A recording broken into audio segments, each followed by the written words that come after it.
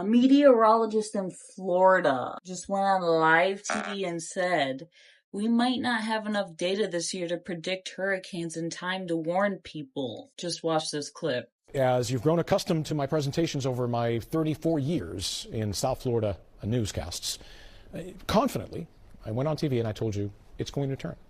You don't need to worry. It is going to turn.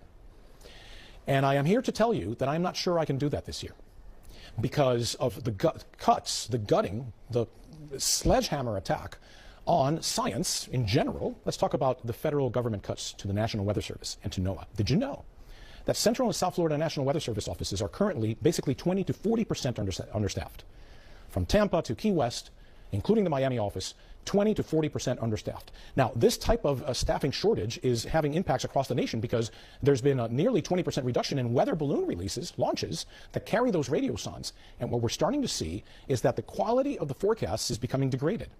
There's also a chance, because of some of these cuts, that NOAA Hurricane Hunter aircraft will not be able to fly this year, and with less reconnaissance missions, we may be flying blind, and we may not exactly know how strong a hurricane is before it reaches the coastline. This isn't an oopsie. This isn't an accident. This is the direct result of Donald Trump's decisions. You want to know how bad it is?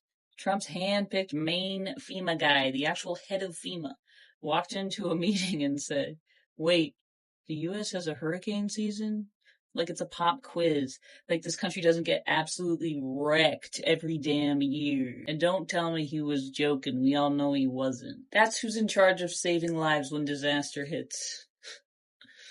He literally said he's comfortable with chaos. Well, unfortunately, chaos is exactly what red states are about to get.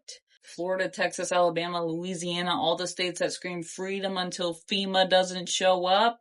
Y'all voted for the guy who killed the disaster prep grants, fired seasoned emergency managers, appointed some ex-Marine who thinks natural disasters are optional. You wanted the swamp drained? Congrats, you drained the disaster relief. You wanted smaller government? Guess what? When your town is underwater, the roof's blown off your house, and your family's begging for rescue boats, small government ain't gonna save you. And the wildest part, you still think he's fighting for you. You really think the billionaire who lives in a private club with backup generators and hurricane glass gives a single damn if FEMA forgets your zip code?